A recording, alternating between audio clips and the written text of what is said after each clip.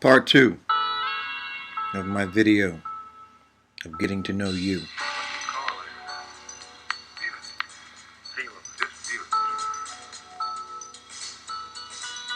First, I'm going to look in the mirror. I'm going to be that proverbial example.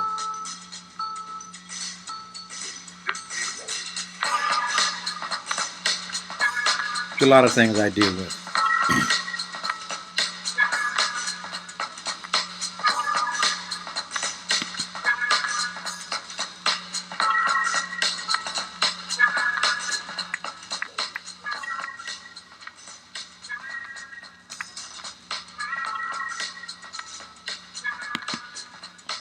That I don't want to really be the focus of who I am. What can we do to better ourselves? What can we do to make ourselves better people? Do we follow the path of others that fail? Do we follow the path of someone else's success? Not knowing the ingredients or the ethical or moral fibers on which the path they walked on. See, this depends upon you as an individual. And I struggle with that every single day. To remain true to myself. Is what I feel in my heart and soul, is it truly me? Or am I mimicking? Am I a copy? Am I a carbon copy of someone else? Someone else's thoughts, someone else's concepts and precepts, someone else's philosophy. A product of history, a product of the insensitivity, the immorality, the social sterilization, exclusion, digital era gadgetry of cold, mechanical emotions and activity? Or am I true to Isaiah? And to answer that question, no. Because I have not yet fulfilled the total person of who I am going to become. And why is that? Because I remain, as I always will reflect and interject into your mind. We will always be limited as long as we're in this fleshly body. We're limited to our personal prejudice, our personal ignorance. And we all have it, including me. We only use a certain percentage of our mind. So in that, it should just tell you, we will never achieve 100% of who we truly are. So in that, in saying this, when you sit and talk to a person, and I'm not saying talking to a person that you have romantic intentions or relationship emotions for. I'm talking about a stranger, total stranger. And you connect with somebody else from another town, another city, another country, another culture, another race. And to experience your lack of anticipation, of emotions with these people. See, as an artist, I'm constantly, on an everyday basis, creating. Even if I don't create on paper, I create with words like I'm doing right now. I love creative writing, creative speech. Not this same scripted, impersonal, cold, exclusive communication we have in the world today. Nobody speaks from their heart anymore. Very few people speak volume. And when I say speak volume, if I listen to Romney's speeches. I listened to Ryan's speeches. I listened to President Obama's speeches. I listened to Vice President Biden's speeches. And trust me,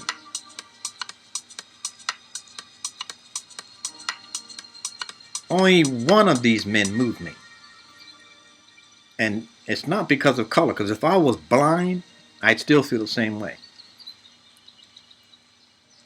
Obama does, although he pauses a lot, really cares. And I truly believe that. But in a infrastructure of politics, you question sincerity. You question compassion, passion. Because it's an isolated entity. Self-motivated, self-fulfilled, selfish. And in all intents and purposes, a falsehood. So I refuse to conform to governmental policy and procedures. I'm not saying breaking the law, although the law within itself is also corrupt, and it's a hypocrisy of blatant, outright lawlessness. Because when you hear stories about Milwaukee Police Department, LA Police Department, New York Police Department, and the abuse of civil rights, women's abuse, and I'm talking about physical abuse, not just mental abuse, the exploitation of dehumanizing women as sexual objects,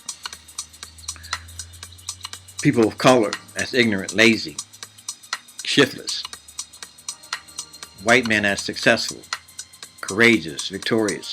In all intents and purposes, it's a lie, because they're cowardice, spineless.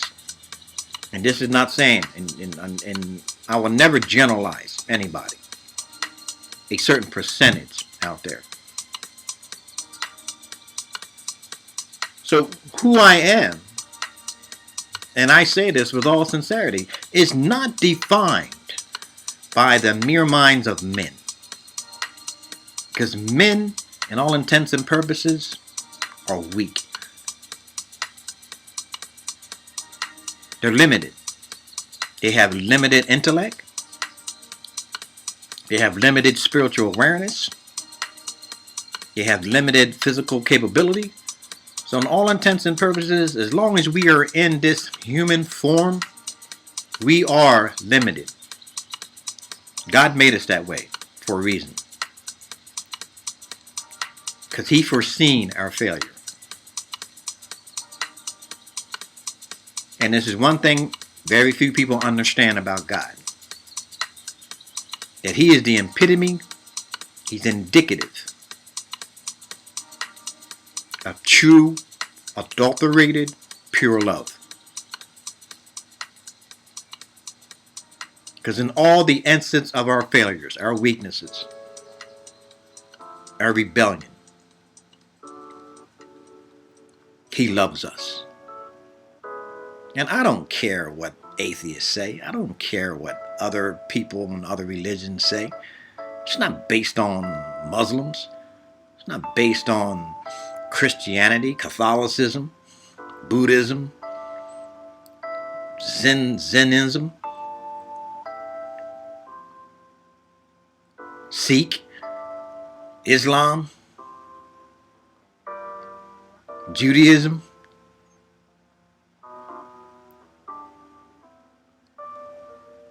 It's based on you taking responsibility for you. And I'll be the first person out there who will admit my human frailties, my anger,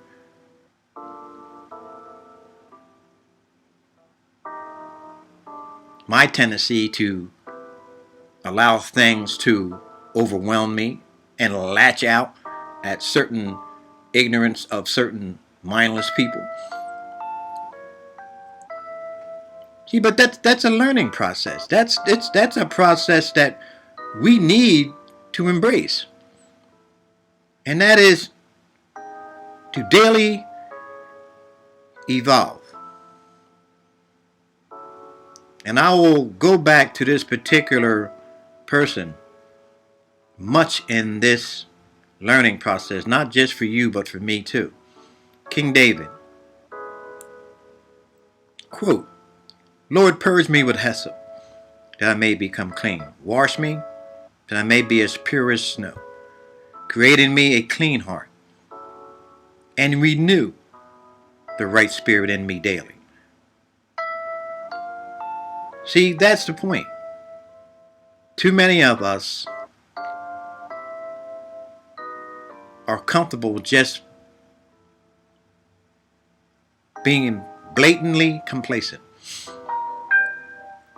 Staying in that innate position that we were taught by mom, dad, their mom and dad, their mom and dad before them, and their mom and dad before them, and it just trickles down through generational ignorance.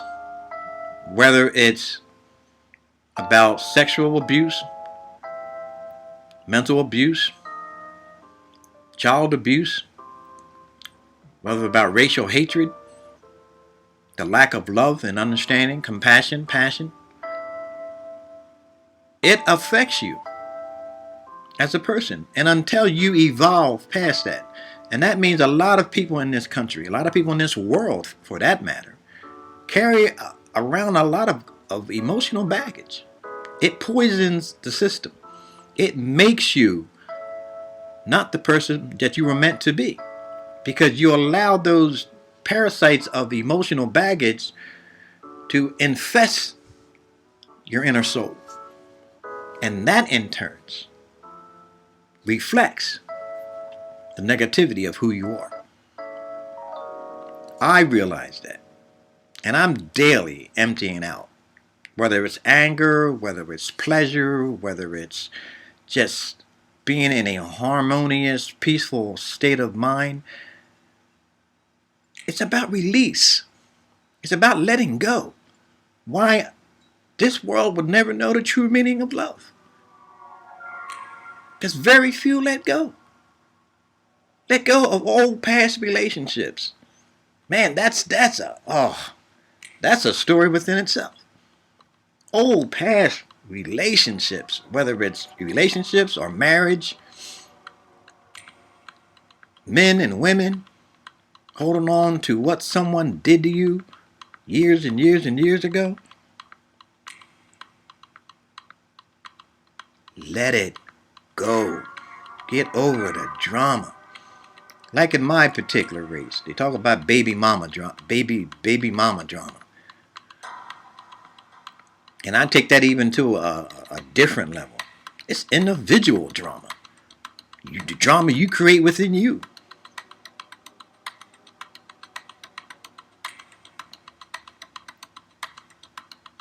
See, and this is going to hit some people the wrong way, but I really don't care. Because this is me, and I'm honest with me. This whole subject about interracial dating and interracial marriage. Everybody get caught up into that. White, black, alike. Because you think somebody has to stay within the criteria that you think love is, or relationship should be, or marriage should be. You think because of a racial bigoted past that we shouldn't be individuals. That we don't look at a person as a race, but look as a person as a man and a woman. And love the qualities in that person because they are an individual man and woman. I told my girlfriend one time, and I said, when it comes to life and love, I believe God should have made us all blind until we truly seen what life and love really is, and then open our eyes to see.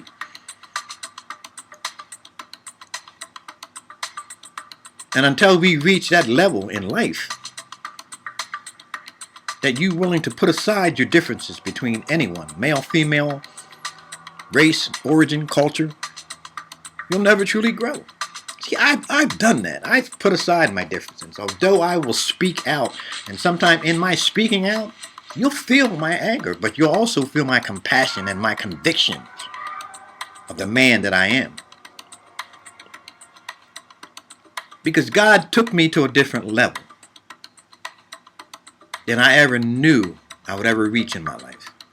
And that's not on a fleshly level, mind you. That's on a spiritual level.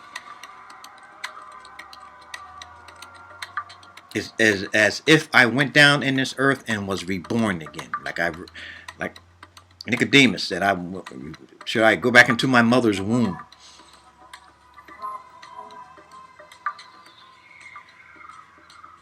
It is. It's like a rebirth. Your eyes are open clearly.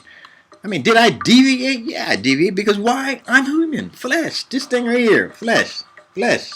Flesh. Flesh. Flesh. That's your biggest enemy is flesh.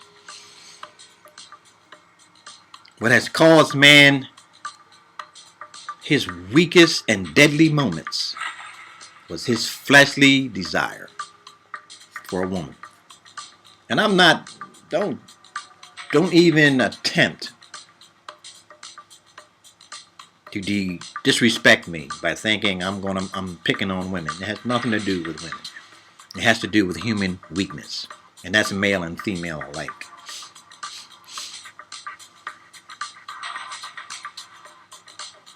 And socially, that is innately one of our largest problems is the sexual existence and the delusion and bipolar mentality and philosophies of a lot of people. And if you look at it very clearly for what it is and look at it very direct, unbiased,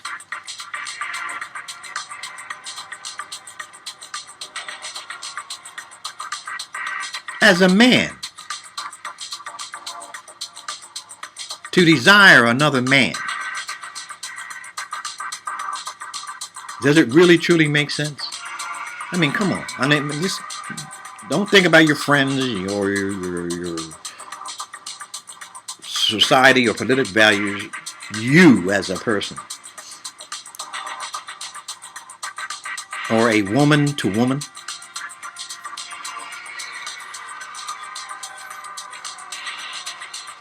And I'll take that even a further step. If you're placed on an island,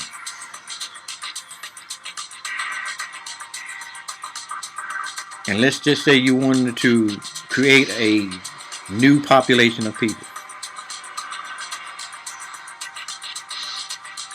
If you are a man with a man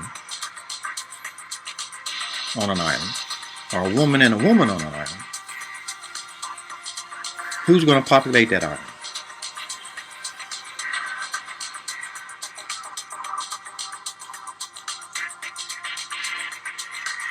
Homosexually or heterosexually? And I'll leave it at that. Leave it right there. And let's go forward.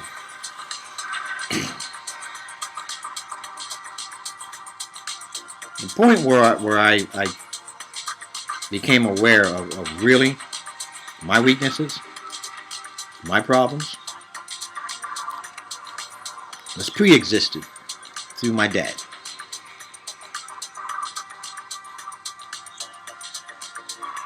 Because of his perception of love, his perception of a relationship with his son. Because he didn't have a relationship with his father, which is a problem, and his father before him. Although, mind you, their fathers were men of the cloth. And that's a scary thing right there. If you represent God, or a disciple of God, and you got problems relating not only to people on the outside, but people on the inner sanctuary of your home. It's like the guy who was on YouTube or whatever the case may be, showing a figure of hanging Obama. And this is clergy. This is a man of the cloth, a man who's quote unquote believes in God, who God said he, in his word, he has no preference of anyone. We're all the same. We're all brothers and sisters from the same source of creation. So is there something demented, something mentally ill going wrong in this man's head? Sure it is. Sure it is. I had a conversation with my dad when I dated this Spanish girl, and this Spanish girl looked white when I brought her home. And my family just went off. And I said, how is it that we as practicer Christians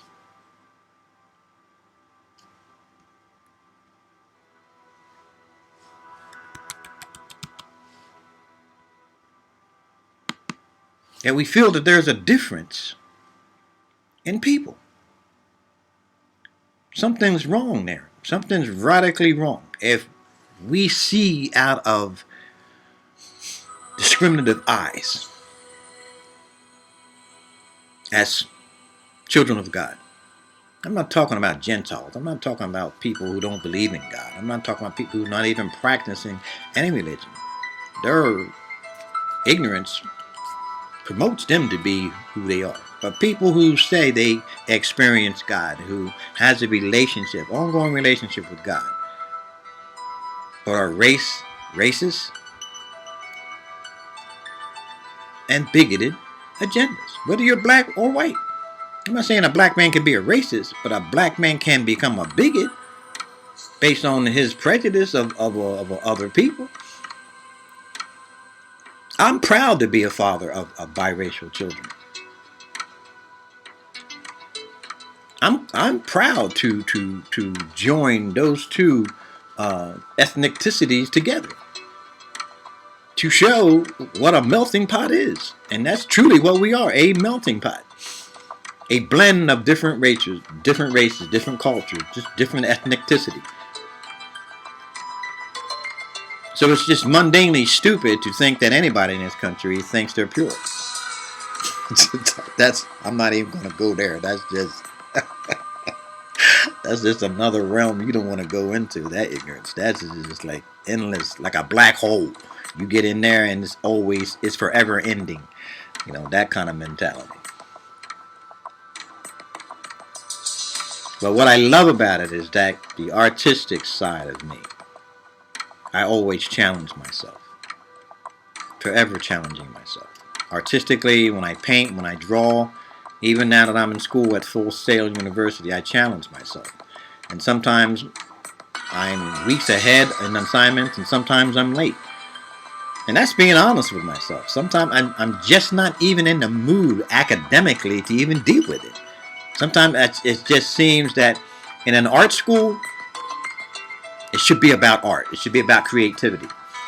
The hell with academics. So the academics is needed. Don't get me wrong. I'm not speaking about education. I'm talking about elements of education within an art school, which is creativity, imagination, art. Because art itself is in a world of its own. You can't teach art. Unless art is somewhere existing in your heart and soul, you can't teach a person to be an artist. You just can't. I'm sorry. You know, that's one of the biggest lies in history. You can't teach a person to be an artist. Either you are an artist or you not. Why you have those who perpetrate, I should say, to be an artist or mimic others. And then there's true artists who are born, like myself. It's a gift. I was sketching ever since I could have a pencil in my hand. I was drawing. And that wasn't something that was taught to me. I wasn't taught that by my mom or my dad or my sisters. I was taught it was a gift I was born with. Like someone said, you're born with a smooth spoon in your mouth. I was born with a pencil in my mouth. Not literally, but, you know. And the reason why I'm diverse in my philosophy, in my relationship with people, and I always will be. Because when I do rant politically, a side of me comes out. if I talk about love, a more passionate, peaceful part of me comes out.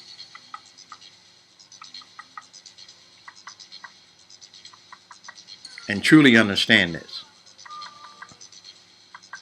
The word that is missing in this society, in this generation, is love. I'm not talking about man's perception of love either. I'm talking about God's perception of love. Where a quote that I love so much said, the needs of the many outweighs the needs of the one. Where you're no longer thinking about yourself, but collectively, you're thinking about everyone in existence. Regardless where they're from, regardless what their religion is, regardless where they came from, their culture, regardless the color of their skin. Collectively, we are one. Why I made up my company called One People, One Voice, One Purpose, One Choice. Because it comes from one. Agape love, one purpose. And it's his purpose, regardless whether you want to realize it or not. And I have fun on Facebook talking to people who say they're atheists, or talking on people who keep ranting and making these exploits about God. Why would God do this? Why would God do that? You know something? That's like in a car that you manufacture that has a computer chip in it. Comes back and asks you, why did you do this? Or why did you do that? How come you didn't make me this way? Or how come you didn't make me that way? Why do I need an oil change? Or why does my transmission break down? Or why do I waste so much gas? That's the same idiotic philosophy that people have when it comes to God. Or even your child comes back to you as a grown woman or a grown man. Well, how come you didn't do this? Or how come you didn't do that? How come you didn't make me this way? Or how come you didn't make me that way? Because you didn't have a damn thing to do with it. They came out the way they came out because that's how God wanted them to come out. Had nothing to do with you. So all the people out there who talk about God, okay, and you always talk about God in the reference of everything bad, nothing good. Okay? Why does God allow this? Why does God allow war? Why does God... He doesn't allow war. He didn't create war. You created war. See, that's the mentality I'm talking about. And once you have a religious experience and experience the inner man and inner woman, that mentality, okay, is absent. Although it creeps in now and then because we're human. Just like me, negativity creeps in. Don't get me wrong. Negativity creeps in because it's part of humanity. But in essence, it becomes more absent. Once more spiritually aware you become, the more absence of human stupidity depletes. And you begin to see with different eyes. Not eyes of judgment and criticism, but eyes of acceptance and openness based on your interaction with humanity. And that's on all levels. Male, female, religion, cultures. I'm not sold into religion.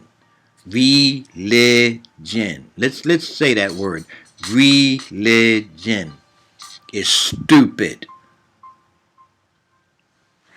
Is stupid.